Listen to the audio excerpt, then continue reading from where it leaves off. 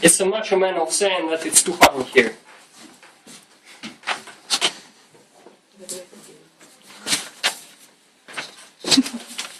Has any of you ever found that you are irritated by someone?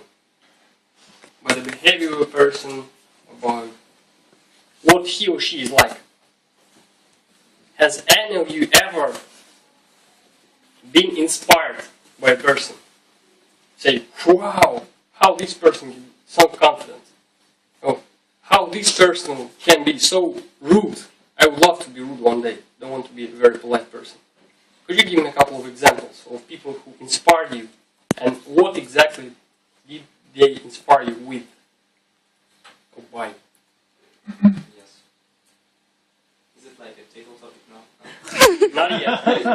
Okay, nevertheless, I can say that once I was inspired by a YouTuber. Probably you don't know him, but he makes amazing videos about technologies. He has like a million subscribers. One note down.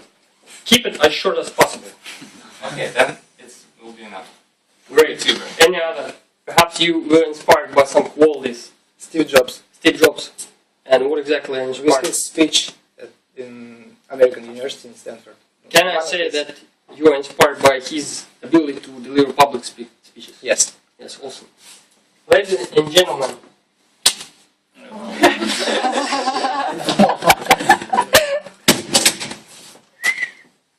welcome to the Shocking Shadow Show.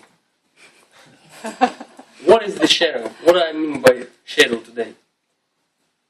There was a very prominent psychiatrist, Sigmund Freud, and he had a very bright student, Carl Jung. Perhaps some of you have heard of him.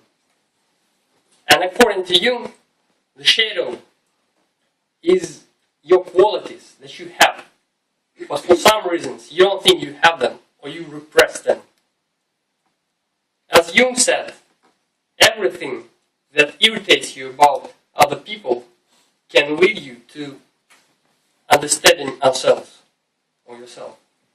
Meaning, on one thing, if you irritated by something, then perhaps you have this same quality. But on the other hand, if you are inspired by Steve Jobs' ability to deliver public speeches, good news for you, perhaps you have the quality. Well, some of you may say, who is Carl Jung? And do we need to take his opinion into account? To tell you the truth, I did some research and I know that according to a very interesting article I read, the title of the article is The Effectiveness of Long-Term Psychoanalytic Psychotherapy. A meta-analysis, stay with me, of randomized,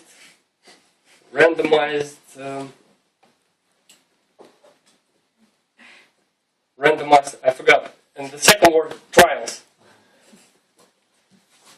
And according to this article, and by the way, for those of you who are interested in the article and its contents, I have the information here.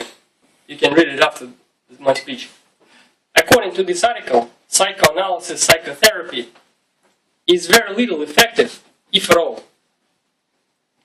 So, if they develop, Freud and his students develop psychotherapy, and it doesn't work, should we listen to them? There's more of it.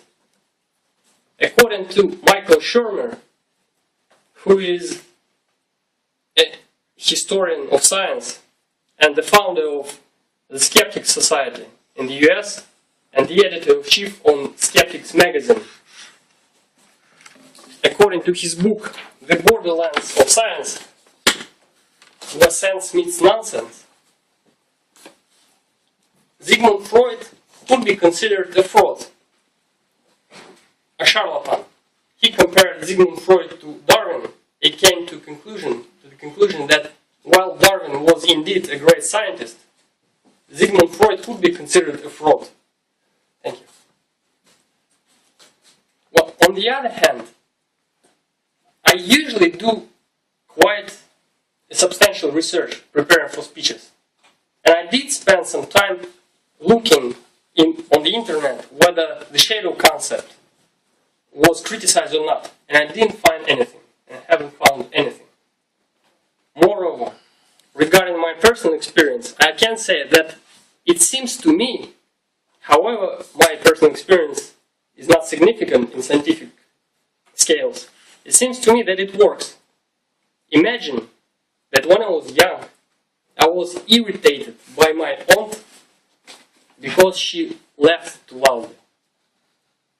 I was irritated by my uncle because he joked all the time, and I thought he behaved like a joker.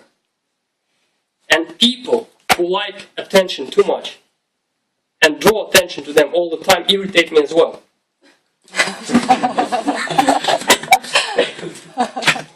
What did I tell you about it? As I see it, if you don't know about the concept, and if you don't know that people who irritate you probably have the same qualities that you have, you stay in the shadow. And shadow is absence of light. When there is not much light, it's difficult to see people clearly.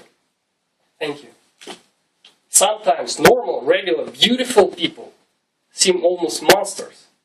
And sometimes when darkness is too thick, it's even difficult to see yourself, meaning your hands, your legs. On the other hand, when you learn about the concept,